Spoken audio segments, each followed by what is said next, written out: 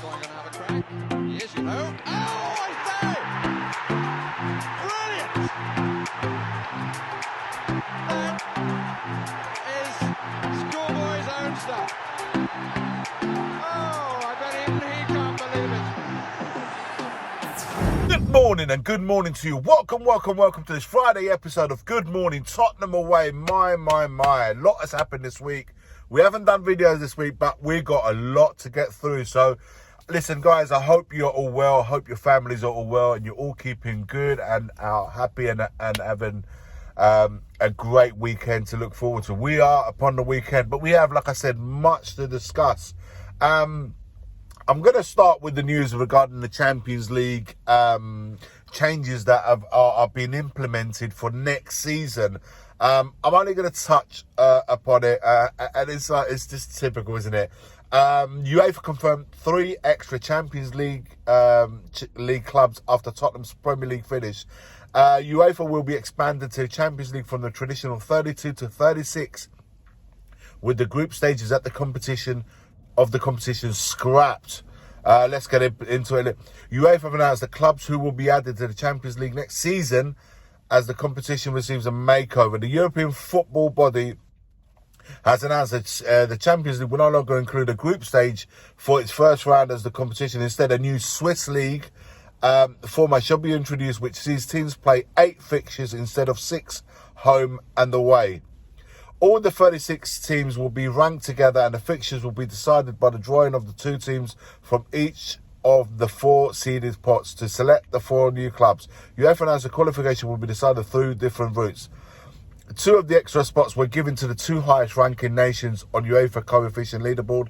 England was in the running, but of course, as we know, it was taken up by Italy and German teams. Therefore, Bologna and Borussia Dortmund will be in the Champions League next season. Tottenham Hotspur would have qualified the competition if England had finished in the top 2 of the leaderboard of it after finishing 5th in the Premier League. Typical, wouldn't it?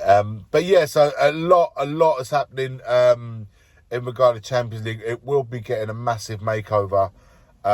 It's going to be interesting how it works. I mean, the 32 to 36.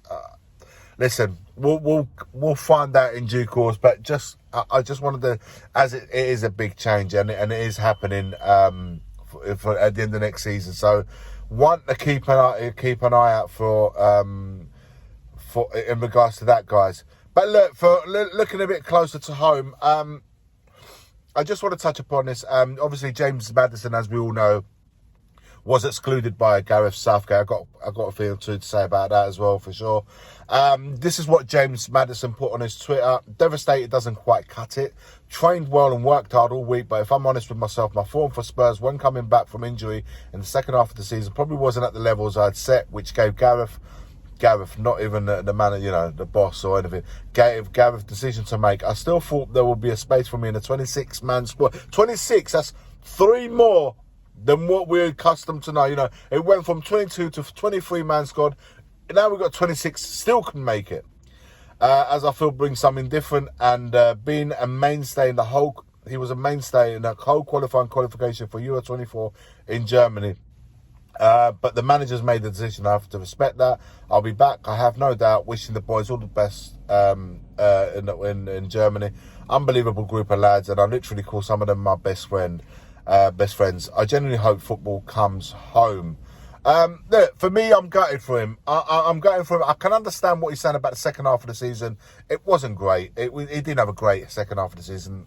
No two ways about that. After the injury, he wasn't quite with it. But that's a very honest assessment of his own, and he now knows what he needs to do if he has to have a chance moving forward. Look, we know that they're packed. England are packed in that midfield.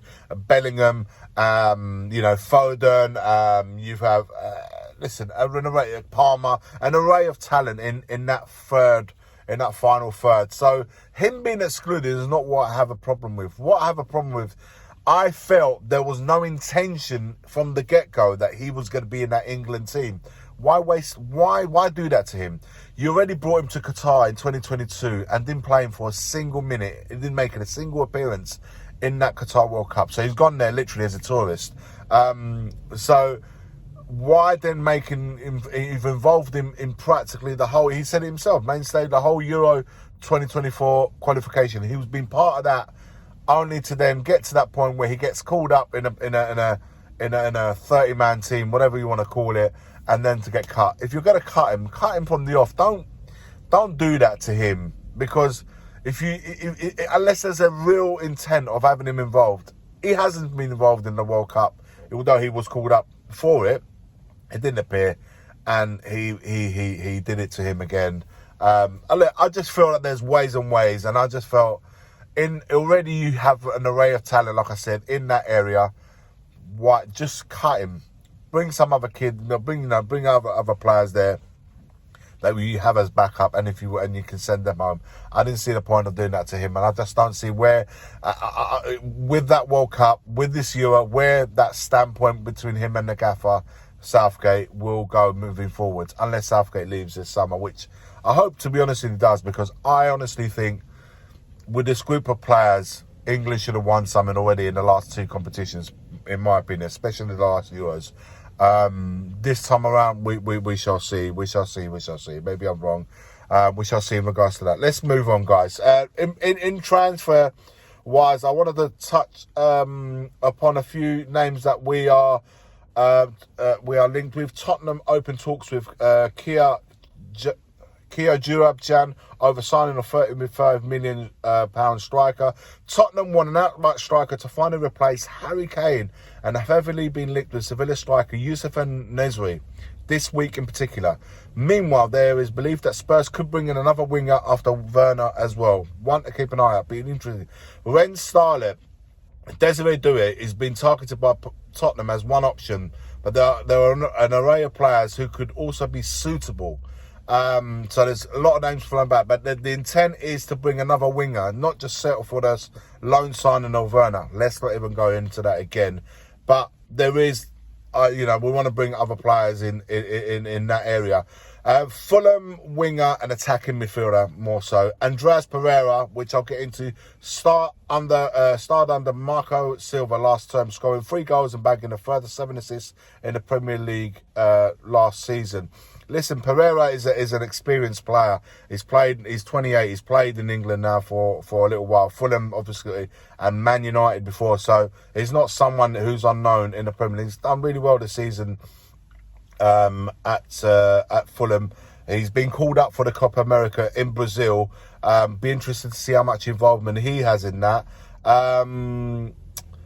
Recent reports, this is what Football.London report. Recent reports from Brazil have claimed that Spurs have sounded out a potential move with the player's agent, as mentioned there. It is claimed that midfielder had an agreement with Marco Silva to stay at the West London club for 2 years. However, that time has now passed, leading to speculation over his future.